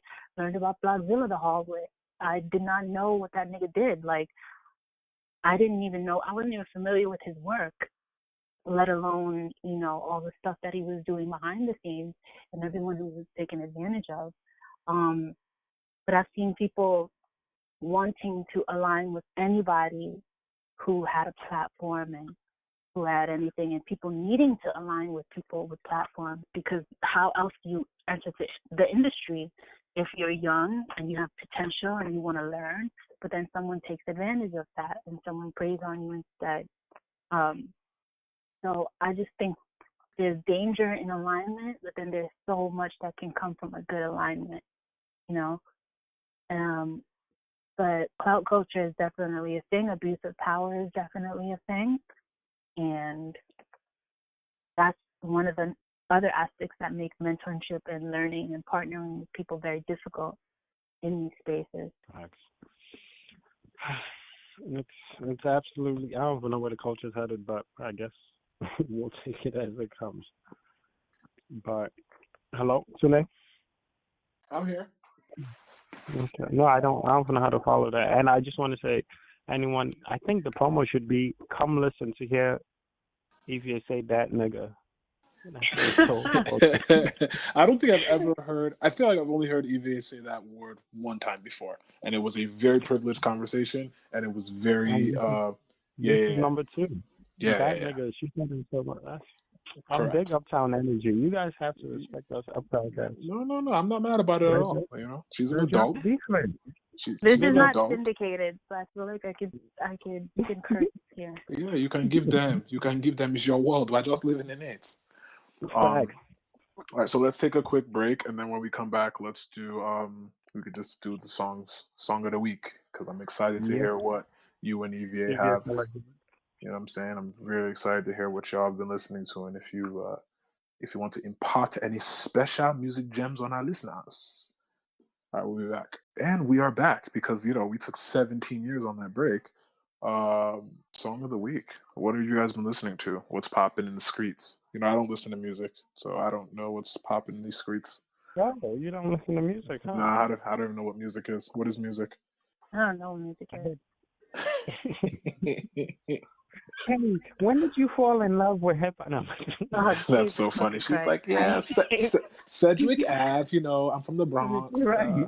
Hey, Big C. Cool Herc is my uncle. That's my hot take. I really don't like that movie. Ooh. Well, it's not that I don't like it. It's just that I think that's kind of corny. Okay, well, I don't want to get beat up by anyone in the Bronx, so I'm going to skip over that. Well, do you guys wait, how do I feel about that movie? I think it was. Isn't it not corny? It is corny, but I think it was like corny needed, I guess, like during that time. Yeah, like absolutely. because it's like what's the shit on Netflix right now? Black as Fuck. It's like there's like corny things that aren't for certain demographics but invites others to certain cultures. Yes. Because Black as Fuck, like I enjoy the fact that a writer is putting himself in front of the camera. Like I enjoy seeing Larry David on the show. I enjoy like because the writers and the people that think of comedy, they're usually not people like they're not people friendly. Seinfeld is not people. They come up with the jokes and they people watch and they come up with content. So I see myself in that a little bit. So certain things that are corny but needed for a different demographic, I guess, because it's not like you watch that movie and you fall in love with hip hop. But there are others that see it and they're like, okay, this is cool. I mean that's what I usually chalk it up to. And I rarely say I hate something or I don't like something. I always say I'm not the demographic. It's not for me. That's it. Okay. So what are y'all listening to that's for y'all right now? Well, I just started Odunsi because I know he dropped something. Hey. So very good project. Let me know that years ago I had him as my song of the week, but I'm not gonna. Congrats to Odunsi, Yeah, man. He has a very strong management team. Shout outs to Kamani. She discovered and groomed and managed him, and then she's just been very integral in how he's been perceived in the space and the whole Alta wave. Like there's so many different cats in the Alta wave right now that are killing it, from the DRB cats to the Palm Wine Boys. Like there's just so many cats that are pushing this Alta movement forward. So I love it. Anyways, yeah. So which song did you pick, BAWO? Oh wait, they haven't announced it yet. I was gonna say who got signed, but I think you know already. I'll say it okay. We'll move on because I don't know when they're gonna announce it. I thought it would have been announced by now. Yeah, no, it hasn't been announced who I'm talking about, right? Yeah, it's not with you. It's not with you. Yeah, it's not announced yet. I'll just say Virgin. Yeah. Big shout out to Odunsi. So my song, no, he is. Obviously, I think that next wave out of our country would be that sound. So I'm quite excited because I don't know. Well, that should be another day on where Afrobeats is then headed. But absolutely. My song, I'm gonna go with my guy from New York because I've been going all over. So we'll come back to New York and show some love because he dropped something recently. Okay. Chief Deji. Okay. Yeah, Chief Deji. He's been working, dropped a full body of work earlier. We've been supporting his music on the podcast for some time. He's a friend of the show for sure. Definitely young African, young Afrobeats artist from New York, killing it. What's the name? I didn't hear the name. Chief Deji. The name of the song, it's Chief Deji's name of the song is called Video Call. Okay. And the artist name? Chief Deji. So it's spelled. Oh, I've heard of him through. Yeah. Boom. So shout out to Chief Deji. Here is Video Call.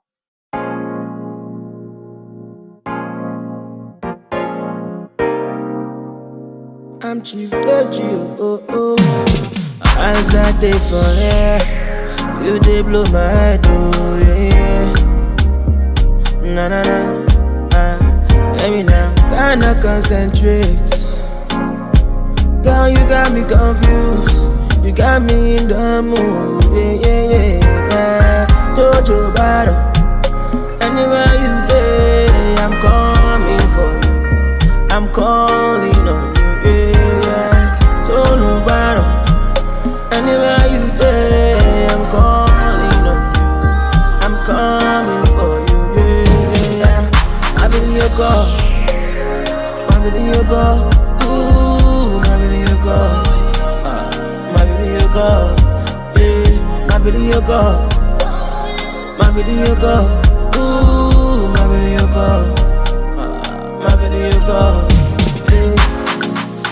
Ever since you left, girl, I'm all alone. Ooh, baby, ever since you left, I'm locked up on the highway, baby. Yeah. See what you got me through, see what you got me into. Now that I'm into you, baby. Girl, you drive me crazy, crazy, crazy, yeah. My video call, ooh, my video call, my video call, yeah. My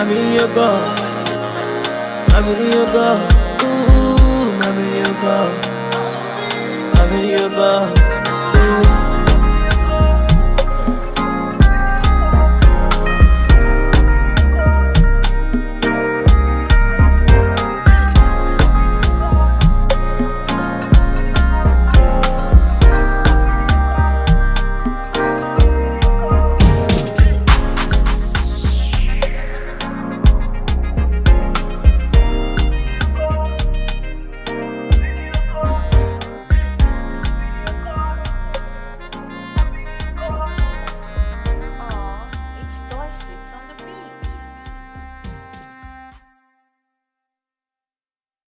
All right, yeah. And that was video call. Big up to DG. Big up to, I know a bunch of the New York Nigerian artists are doing a versus type thing just to, you know, get their name out there and get their following up and just having people hear their sound. So shout out to everybody, and you know, yeah. Once we have more information on it, we'll just add it to the end of the episode so everyone can partake. Yes. Okay, I guess we'll save Ivie for last. You ready, Tunde? So it's interesting that you brought up Odunsi earlier because my song of the week is from Odunsi the Engine. He just put out an EP called "Everything You Heard Is True," and the record that I've decided to choose for my song of the week is off that project. It's called Airplane Mode. I think for anyone that isn't really familiar with the alt-test scene and like the alt-pop, afro-pop hybrid sound that Odunsi has been pushing for some years now, Airplane Mode is one of those records that kind of gives you like the most relatable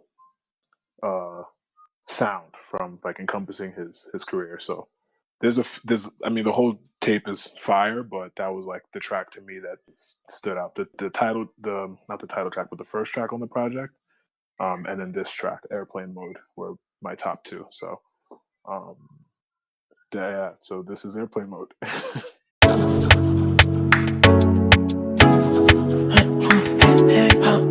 to get the phone on airplane mode. Shawty don't talk like I know ya.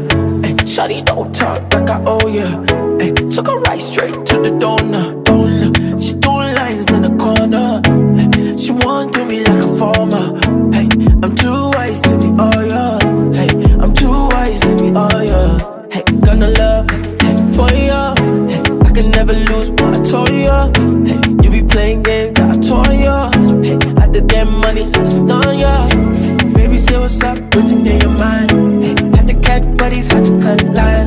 Hey, had to take things that make you come alive. Hey, never judge a nigga, I'm here for the vibe. Hey, airplane mode. Hey, it's one of them, what's your head bang those? Hey, you pepper them when the cat came close. Hey, you pepper them when the rat came mode. Had to get the phone on airplane mode. Had to get the phone on airplane mode. Shawty don't talk like I know ya. Had to get the phone on airplane mode.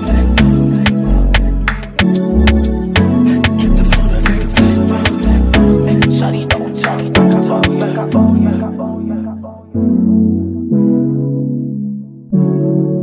All right, yeah. Shout out to Odunsi the Engine. That was Airplane Mode off his latest project. Everything You Heard Is True. Yeah. So Ivie, what are you blessing us with this week? This is an actual blessing. Hey. It's not an African song, not an African artist whatsoever. Okay. This is a rapper who is critically acclaimed, but not widely known. I thought you were about to say critically injured. I was like, Jesus. No. He's an older statesman, but he's not a hip hop heavyweight. He's from New York, very New York. He's from Brownsville, and his name is Ka. You're not talking about Brownsville Ka. Brownsville Ka. You're not talking about Brownsville Ka. I mean, that's one of my favorite rappers. So funny enough, Ivie, you're the one that put me onto Brownsville Ka, and I don't even think you know you did. Something happened last year with Brownsville Ka where he was on the timeline, and you were the one that put me onto it. But yeah, I'm very aware of him because his wife, Mimi. Yeah, there's millions of ways that Mimi and I are connected, but it's Mimi Valdez, like everybody. Like, you can't not know Mimi Valdez if you're within the culture. You know? Absolutely. And then our relationship with Harrell, like, so yeah, Mimi and I go back, and I'm grateful that I've been put onto so much because of the likes of you and her. But yeah, I didn't realize that she was married to Ka, and your timeline is the first place I saw his name mentioned, and then it was maybe Carly that mentioned him after. Mm-hmm. But yeah, see, shout outs to women putting us on the good music. So bless us now, bless us. If you only listen. So yeah, Brownsville Ka just released an album called Descendants of Cain, and I have to get background on him because I just don't feel like enough people within these spaces, enough people like within our generation also don't know of him. But I also think he doesn't care. And that's what I love about him. The way he administers his music is very, very unconventional in terms of how the industry functions. He does not do the industry stuff whatsoever. He does vinyls a lot. He does like meet and greets whenever he drops something, which is not often. And he's very much so a recluse by all intents and purposes, like the definition of a recluse. You're not going to see him on social media like at all. He's on Instagram and Twitter. He just doesn't use it. And that's an allure that's missing from celebrity culture that I think I prefer. And Ka is one of the most skilled rappers ever, in my opinion. His music is so dense. His lyrics are so dense. I'm still revisiting all of his albums. Like, you re-listen and you learn all the time. You reinterpret things all the time. Boom. And the song that I'm choosing from his album is the final track, the 11th track on the album. And it actually mentions Mimi Valdez. The song is called I Love, parentheses, Mimi, Mom's Kev. I love it. Oh, wow. That's a boom. So we're going to get into that right now. I love.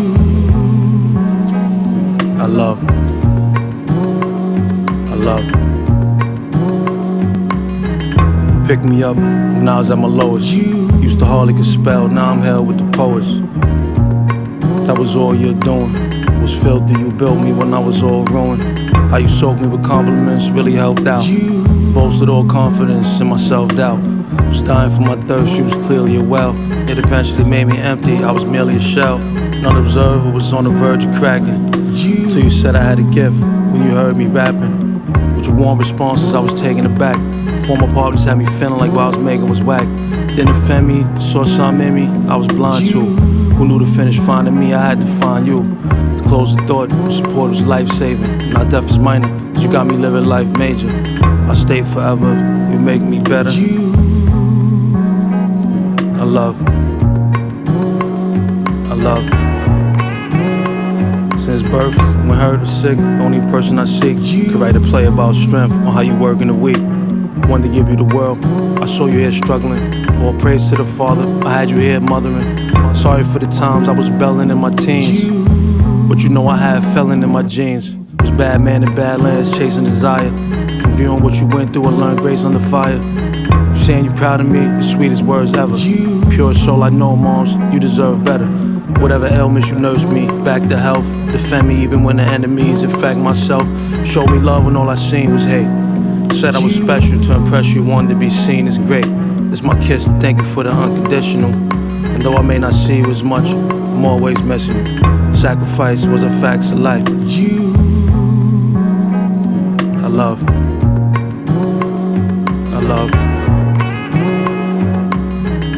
Held me down when I needed it most. Whether shoulder to cry on or I needed the toast. And would never let me go it alone. Everybody called it the slum, but we know it is home. From where we from, we supposed to be thugs. We both shared a different dream, we was closer than blood. Learned from you how to pour my heart in this song. Way ahead of your time, it was just hard to get on.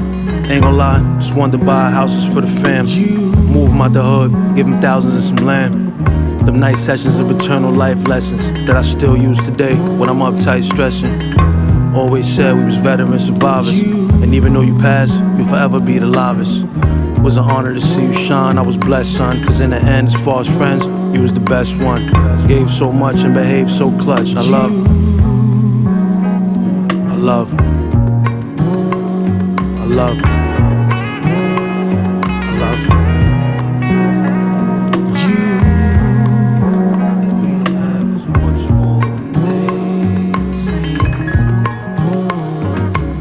Health, prosperity, life to you.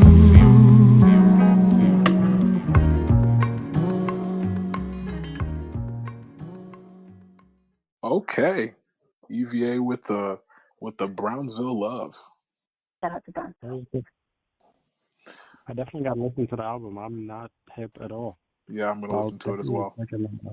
If you like rap, like dance lyricism and like meaningful like content, I highly suggest it. But I suggest you listen to his projects in sequence because they all have themes. The Greek mythology theme is rampant in his work. Oh wow, I'm in love already. Let's get it. Yeah. All right. So is there anything else we haven't covered before we wrap up? No, I think that was it. My birthday's coming up. Evie, what are we doing for your birthday besides being inside? Beside a Zoom call, because that's what everybody's doing now. I'm ashamed for Skype. They dropped that bag crazy. But anyway, 100%. Yes, Evie, as they tend to. Are we coming over for fried rice? What's the plan? I'm not making it.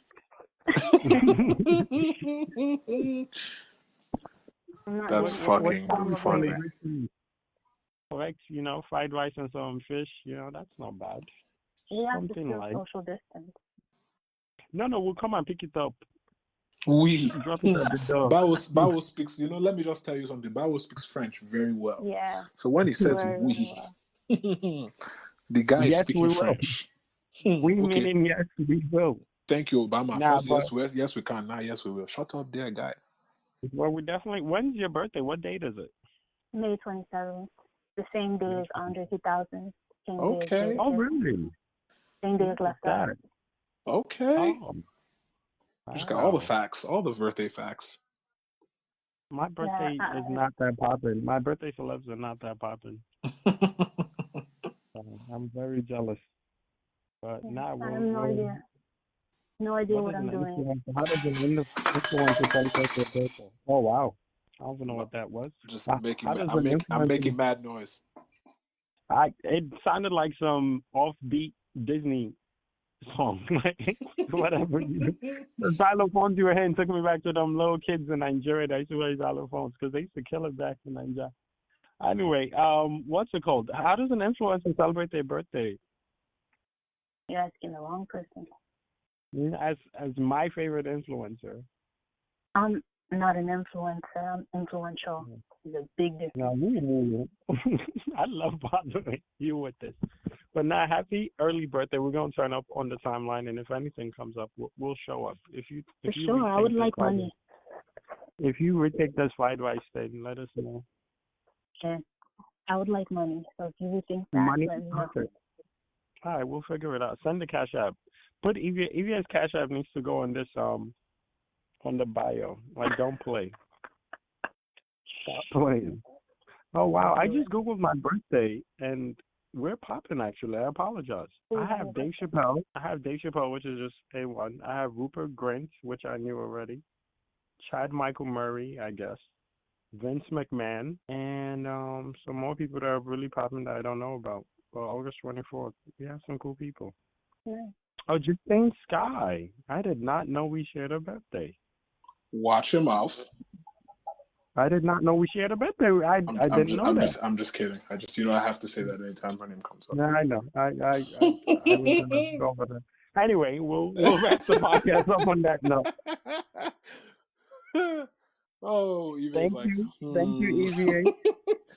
Ivie, this has been a pleasure. Thank you so much for joining us. We hope to see you more often, like whenever you're interested in, making a permanent,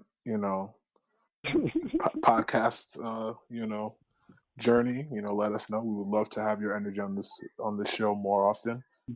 Definitely. Thank you so much for having me. If we got to talk about, sliding off some percentages, let's have that conversation offline. Definitely. Don't play. Boom. All right, y'all. All right, well, this was great.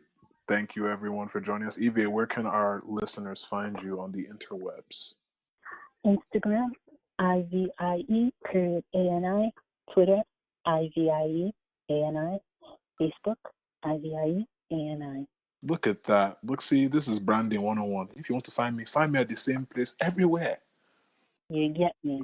I hate when people are like, yo, follow me on Instagram. And then I'm like, what's your shit on Twitter? And it's like, it's okay, so it's my Instagram, but instead of the way it's on Instagram, there's an underscore here. Nope. And there's there's a 1 at the end, but yeah, it's the same, but it's not. I'm like, oh, Jesus. Anyway, brand, please get out. No, exactly where to find me. 7 letters, my real name. That's it. Ooh, she said you don't even got real names. She said, I'm from the Bronx. I got the realest name. Bronx EVA. I'm always excited when we have Uptown people on. It's just a beautiful team. Look, just keep the violence away from me. No, there's no violence Uptown. It's love Uptown. There's no violence Do you outside. see how that literally made me laugh out loud? It's love. It's dead love. Like, EVA, I don't know. Us Uptown people, we're all about love. We're very excited seeing each other. Like, whenever I see EVA, I be hype. She knows that. Us Uptown people, like I didn't just leave Uptown. I'm just kidding. No, I don't claim Uptown. There's different levels of Uptown. There's like Manhattan Uptown and there's BX Uptown. We have different struggles. We get it. Y'all have a Target. What do y'all have? Target and what else? We have a bunch of Starbucks all over right now, so we're hip. But crazy. back in the day, it was just Dunkin' Donuts. Yikes! Hip now. All right, y'all. Peace. This was great. 60. Episode 60. Wow, nice. We're just gonna it's gonna be titled EVA because literally, it's just gonna be called EVA, and we're gonna put her face on it. Facts. I know the picture already. Yeah, you already know. I'm curious as to what you pick. Oh, you're not going to be curious. You're going to send it to us now. Why are you curious? She's curious, like it's not part of our portfolio. Right. That portrait's great. Come on. Well, I don't know which portrait you're going to choose. You will know. Shut up there. You will know.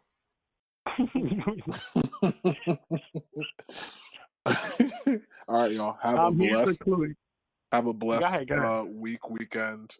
Thank you, listeners, for joining us for episode 60. Stay safe. Stay indoors. Don't get coronavirus. Trying to, be heroes. Stay locked down before we end up locked down till 2021 because y'all niggas don't listen. Boom. That's it. All right, thank you again. Thank you. Appreciate y'all. We shall talk. Likewise. All right. Peace. Later.